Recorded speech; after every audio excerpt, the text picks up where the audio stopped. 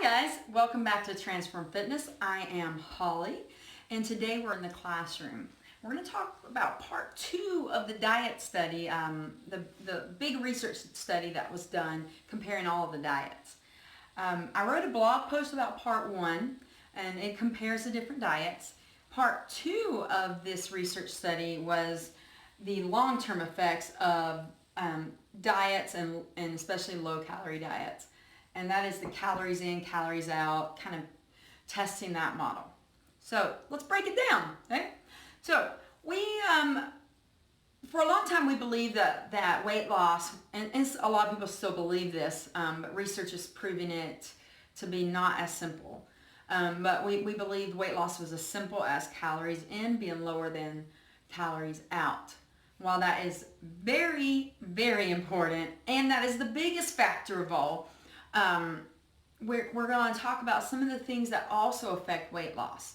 And those are not, and there's more than just calories in, calories out, okay? So there's a little bit more going on.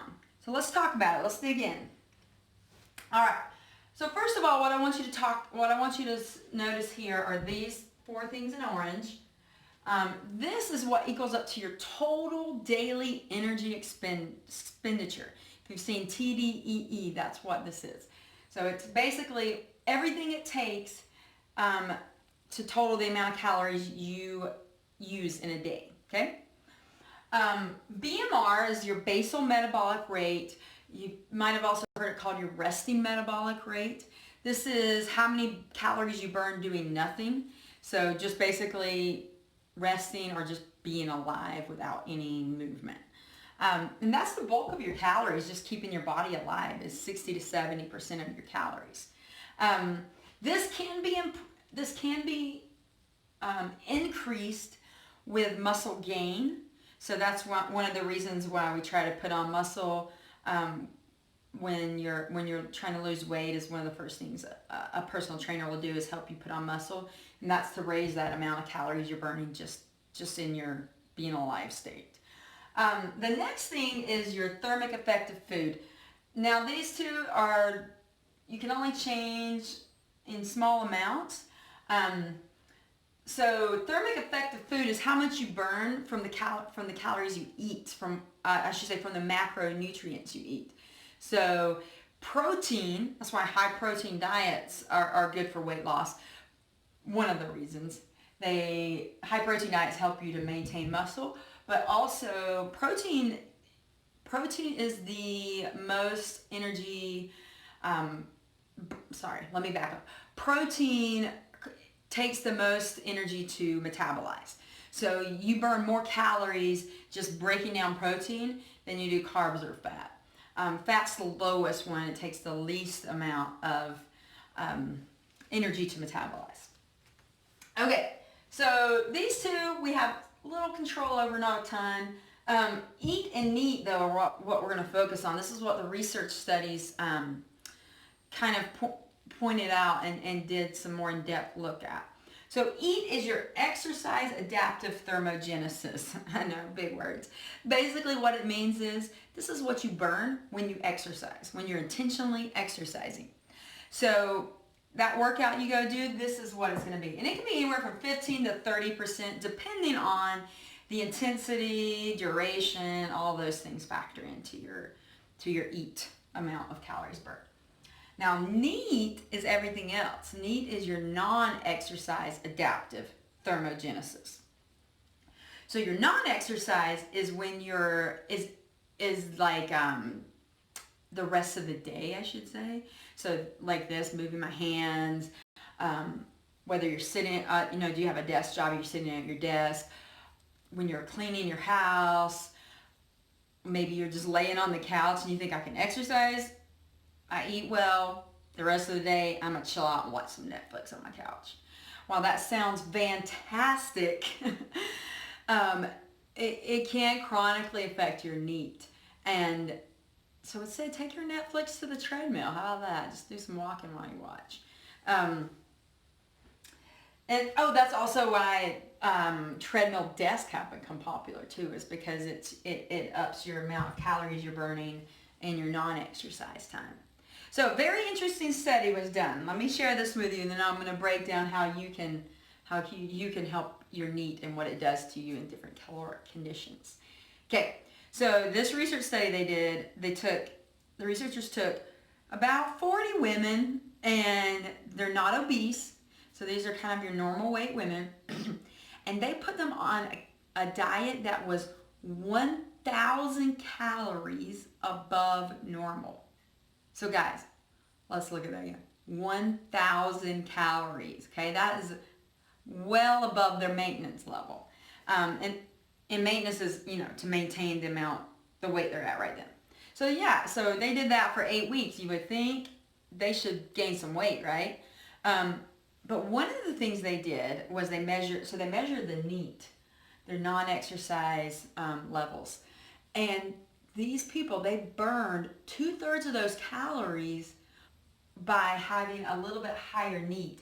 So whenever your body has more calories, your brain sends signals, and you are to burn more. So you move more. You are doing more, just kind of sometimes without even knowing it, not even consciously.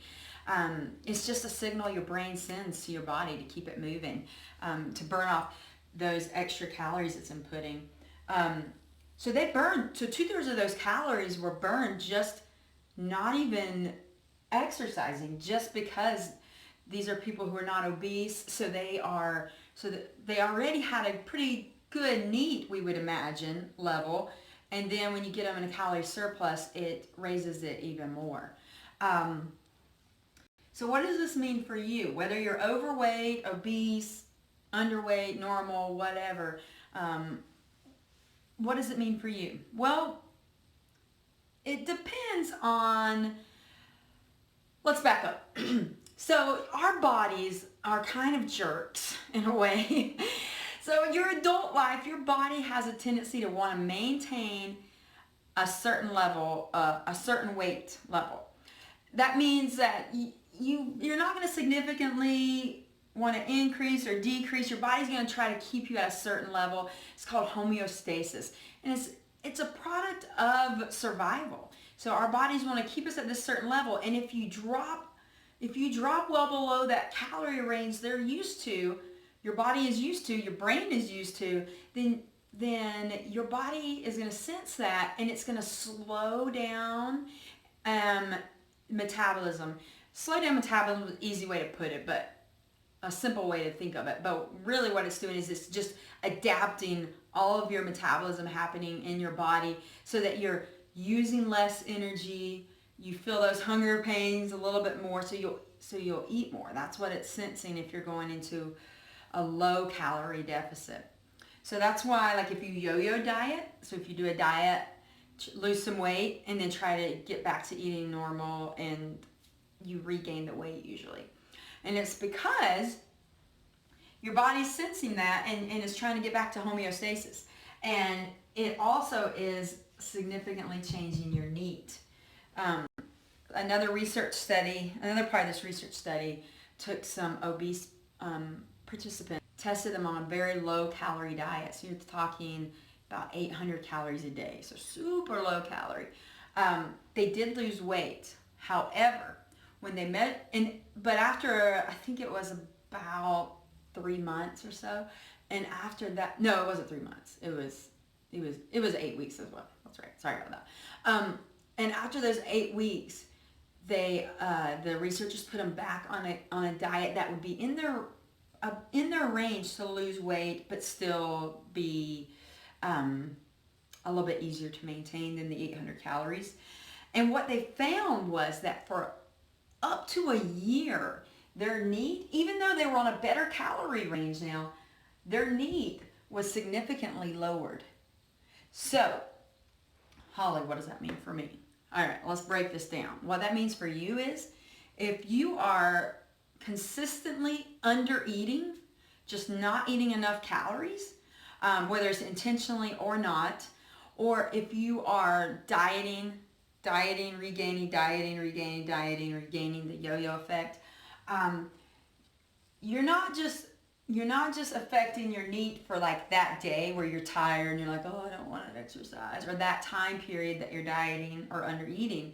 You're affecting it for a longer period of time.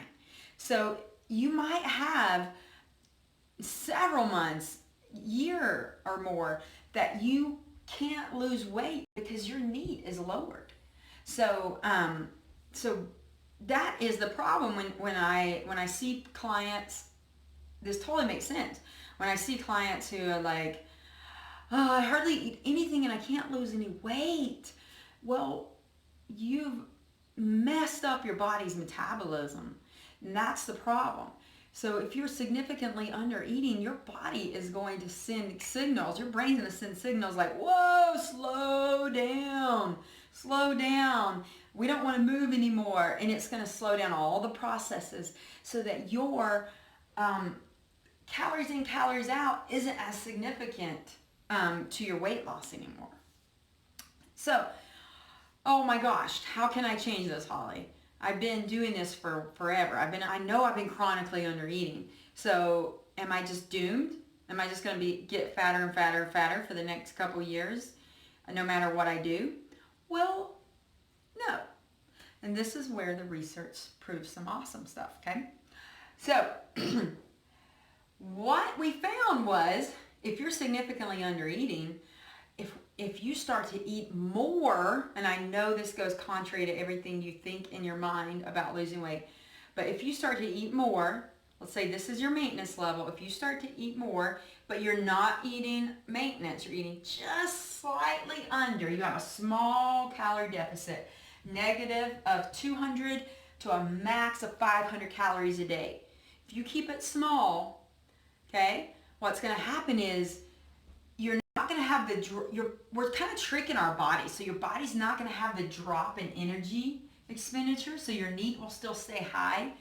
So your body's not going to be like, oh, you're trying to go we're in famine. Something's wrong. We're in famine. We got to hold on to everything. We got to slow everything down. Okay. So if you just go slightly below, we're tricking our body a little bit. It's not noticing as much. Okay. So you're still calories in, calories out. You're still lower on calories, but just a little bit. Just enough that your body won't notice the big change. And the second thing you can do is move, okay? So I know I've heard this for years, and I'm sure you guys have too. Take the stairs, park farther away. This easy way to burn calories. Well, guys, it's true. It's not just an easy way to burn calories that day. It's an easy way to keep your NEAT high consistently. So taking the stairs, when you're in a calorie deficit, what that does is it keeps the NEAT high, but your body gets used to that. That's the amount of energy we use. This is our new normal, okay? So what I want you to do is try to find ways you can move. If you have a desk job, go take a walk on your breaks. Do whatever you can to try to get a little bit more movement in your day. Take the stairs, walk to lunch, ride your bike to work. My husband's a commuter. He rode his bike to work this morning. Do whatever you can to keep this high. Remember, when you're hauling kids around, just think, okay, at least my NEAT's high. At least my NEAT's high right now. You're dragging kids to timeout. Okay, at least I'm keeping my NEAT high. So those are the golden rules. That's what research is proving. So don't underfeed yourself significantly, just a small amount. Now this means weight loss is going to be gradual, but gradual is good. Remember that, guys. Gradual is good. Dropping 10 pounds, 20 pounds in a month. 10 pounds is somewhat feasible. 20 pounds in a month, although it feels awesome, it can impede you in the long term, okay? So I want you to think about that. So today, think about your NEAT. Everything you do that's not your exercise. How can I keep myself moving and consistently burning more calories?